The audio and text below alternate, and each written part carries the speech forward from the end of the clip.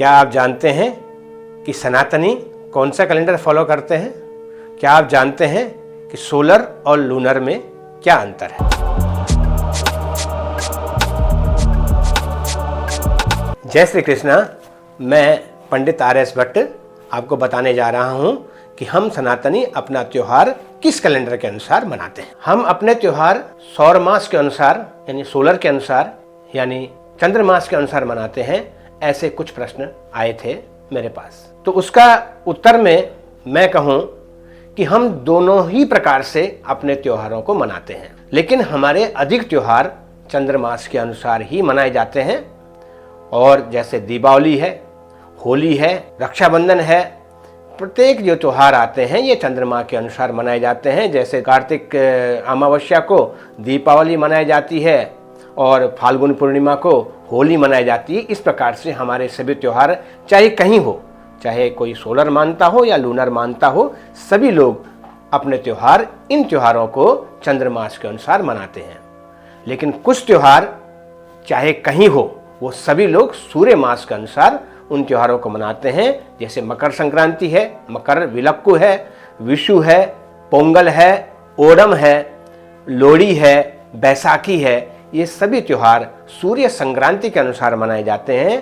सूर्य संक्रांति का मतलब सूर्य जब एक राशि से दूसरी राशि में प्रवेश करता है तो उस दिन ये त्योहार मनाए जाते हैं। उस दिन को संक्रांति कहते हैं। अब मैं ये बताऊं आपको कि भारत के कुछ जगहों पर चंद्रमास की तिथियों के साथ में सौरमास की जो गतियां हैं, जो प्रविष्ट हैं, उनका प्रयोग किया जाता है। जैसे ये प्रयोग नेपाल में, उत्तराखंड में, उड़ीसा में, झारखंड में, बिहार में, पश्चिम बंगाल में, यहाँ पर संक्रांति का प्रयोग किया जाता है और गति या प्रविष्ट का प्रयोग किया जाता है।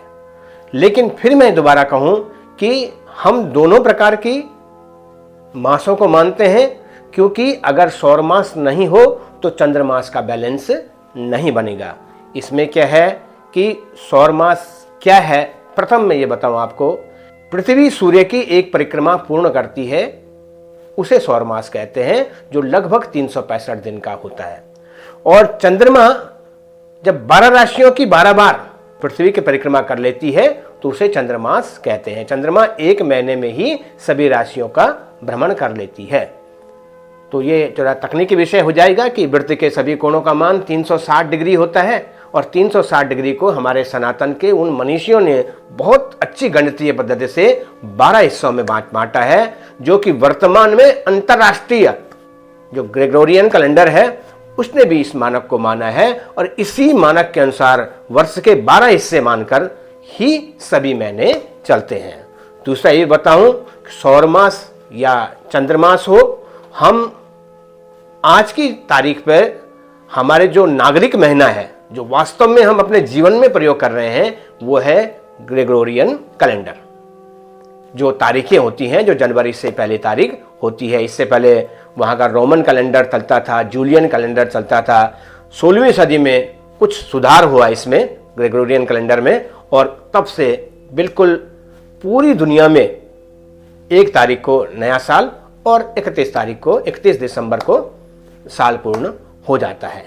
भारत में चंद्रमास के अनुसार ही मुख्य त्योहार मनाए जाते हैं और इसके साथ साथ भारत में और भी चंद्रमास चलते हैं। जैसे हिजरी संवत भी चंद्रमास के अनुसार ही चलता है। बस उसमें अंतर ये है कि भारत में जो भारतीय सनातनी परंपरा है उसमें अधिमास की व्यवस्था है, यानी सूर्य की गति और चंद्रमा की गति में लगभग 9-10 दिन का अंतर प्रतिवर्ष आ जाता है और हर तीसरे वर्ष में एक पूरा महीना खड़ा हो जाता है। तो अंतर नहीं आए तारीखों में, इसलिए हर चौथे वर्ष में, तीसरे वर्ष में यहाँ पर अधिवर्ष आता है, अधिक मास आता है। और जैसे ग्रेगोरियन कैलेंडर में हर चौथे साल में फरवरी में एक दिन बढ़ जाता है, 29 तारीख हो जाती हैं। इस प्रकार से अनेक व्यवस्थाएं हैं, लेकिन बहुत सटीक व्यवस्थाएं हैं, बहुत गणितीय व्यवस्थाएं हैं। इस गणितीय व्यवस्था में उन महर्षियों को सादर प्रणाम। जय जय श्री कृष्ण।